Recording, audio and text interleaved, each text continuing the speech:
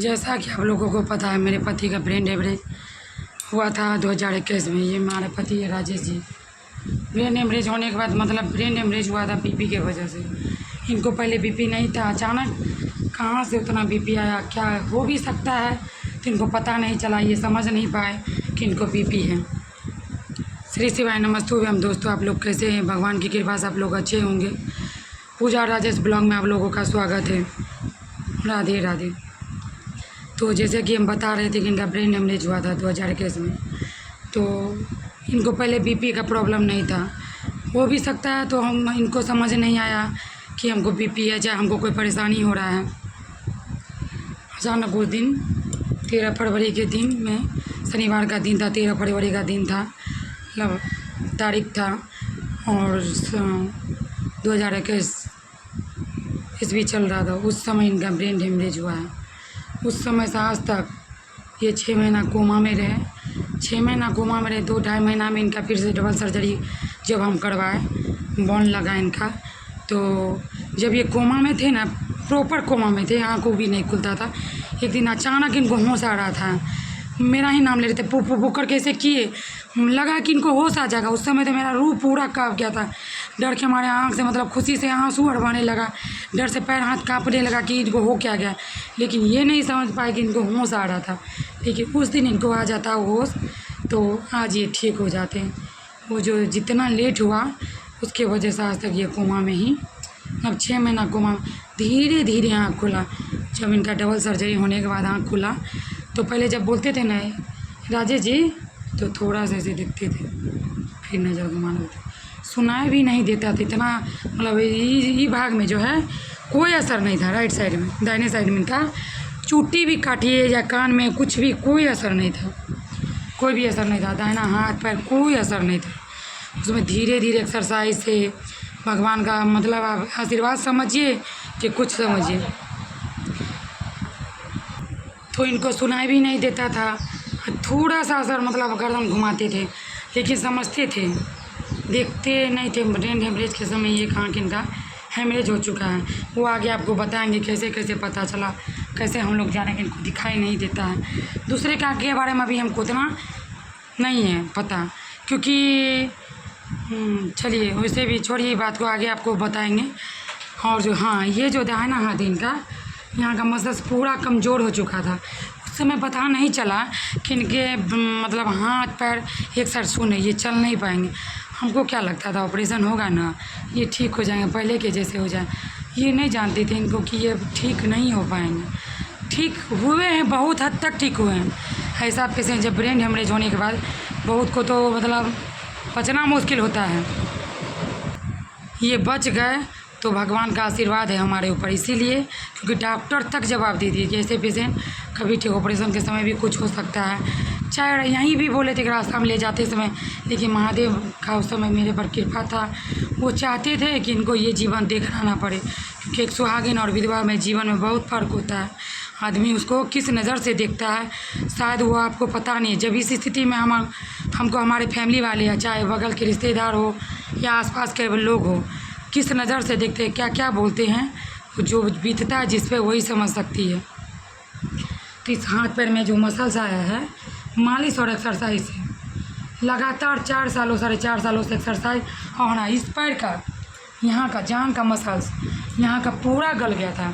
उसमें अभी भी थोड़ा बहुत कमी है, आया है। पहले कुछ नहीं था पैर में, चींटी भी काटते थे ना तो कोई मतलब हरकत नहीं होता था दाहिना पैर हाथ में। अब तो इतना होता है, कभी कभी खुद से पैर भराते हैं। जब इनका ब्लड सर्कुलेशन ऐसा चलने लगता है, मतलब वेन में ब्रेन में जहाँ तक ब्लड जाता है, तो पैर ही चलाने का प्रयास करते हैं। वीडियो में आप लोगों को दिखाए होंगे कि यहाँ दोबारा मतलब इस तरह चलाते भी हैं कभी कभी। हाँ, कभी कभी नॉर्मल एकदम सुस्त हो जाते हैं।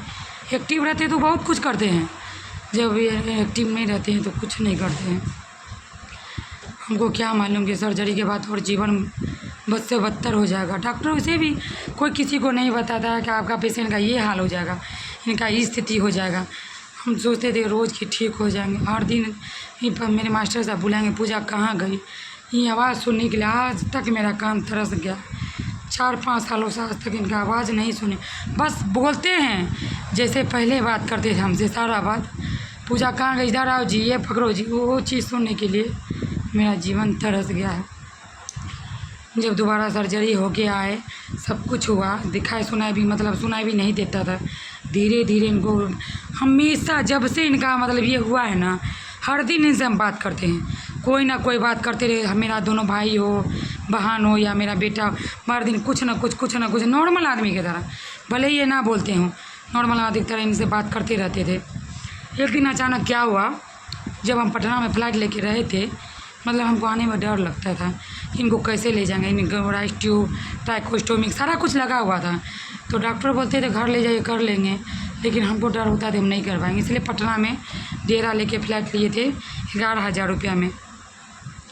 तो वहाँ हम रहे ना, तो हम तो आपको बताए ही हैं कि इनको जो पिसा हुआ जो भी लिक्विड खाना देते थे राइस ट्यूब से, इनको हर दिन 2-3 चम्मच पिलाते थे। तो 2-3 चम्मच पिलाने, एक दिन इसे पूछे कि और खाइएगा, तो बोले क्या, ऐसे बोले, इशारा में बात किए। तो हम लोग इतना खुश हुआ, चलो भाई हाँ जी, इशारा हम बोले नहीं खाएंगे, इसका मतलब ये समझते हैं कि नहीं खाएंगे। इनको सुनाई भी देने ठीक ठीक लगा था। तो एक दिन एक्सरसाइज भी कर रहे थे, तो एक्सरसाइज जब कर रहे थे इनका तो गुस्सा हो गए, नहीं दे रहे थे करने, जोड़ो चूड़ो, मतलब मुँह से आवाज़ पूरा क्लियर नहीं निकल रहा था। उस समय राइस ट्यूब हम वाला जो कहानी बताए उस समय तक नहीं हुआ था, तो मुंह से क्लियर आवाज़ में बस गुंगियाते थे, को इस तरह से बोलते थे, जोड़ो नहीं कर। तो हम लोग को बोला कि लगा कि इनको समझ आ गया, इसका मतलब अब इम्प्रूवमेंट हो रहा है बहुत ज़्यादा। तो मेरा भाई को भी बहुत कुछ, डॉक्टर को भी फ़ोन लगाए, बोले इनमें इम्प्रूवमेंट हो रहा है, आप लोगों को खुशी की बात है, ऐसे पेशेंट में रिकवर नहीं होता है। हम पटना, दिल्ली, मुंबई सब जगह इनका रिपोर्ट भेजे। दिल्ली में ये हॉस्पिटल है, मुकेश डॉक्टर बैठते हैं मैक्स हॉस्पिटल में, वो पटना में एक दिन ही बैठते हैं। उनसे मिलने गए पटना में एक दिन, तो वो भी बोले बेड केस, पहले तो रिपोर्ट भेजे थे हॉस्पिटल से ही, तो बोले बेड केस, ऐसे कंडीशन, ऐसे पेशेंट का कोई गारंटी नहीं है। तो हम लोग को बहुत डर हो गया। फिर बोले जो भी हो महादेव, हमारे जब हम पे जो चल गया हथियार, तो उससे हम मरे या बचे ऊपर वाला जाने। तो उस समय तो डर से तो जो भी स्थिति था, लेकिन जब वो पटना में एक दिन बैठे ना, दिखाए तो इनको देखे कि बैठे हुए हैं, तो उनको अच्छा लगा कि जब तो बेड केस था ऐसे क्या, वो बोले दोनों साइड इनका ब्रेन हेमरेज हुआ, मतलब अटैक दोनों साइड आया है, एक साइड कम आया है, मतलब उल्टा है, जैसे इधर आएगा तो इधर पैरालाइज होगा, इधर मारेगा तो इधर होगा, इनको दोनों साइड था, मतलब पैरालाइज एक ही साइड हुआ है, राइट साइड, दोनों साइड बनी, इसीलिए इनका इतना कंडीशन ख़राब हुआ है। सोचिए कि हम लोग का मेहनत है या ऊपर वाला का आशीर्वाद समझिए, जो भी समझिए, इतना इम्प्रूवमेंट हुआ। जब हम दोबारा इनको खाना मतलब पूछे एक दिन, तो जब हम लोग खा लिए, बोले दूध रोटी खाइएगा, नहीं पसंद, ऐसे बोले। तो हम लोग क्या किए, इनको जो लिक्विड खाना देना रहता था दे के बिछावन पर दे दिए। जब 11 बज गया, खाना पीना वैसे सब कुछ समाप्त हो गया था, तो 11 बजा ना, मूँग लगा, हम लोग को लग रहा था क्या बोल रहे हैं, क्या हुआ जी राजेश सर, क्या हुआ, हे मास्टर साहब बोलिए क्या हुआ, मूँग लगा गाना दो, मतलब जोर से एक बार बोले भूख लगा खाना, तब समझे कि भूख लगा है, तो बोले हाँ।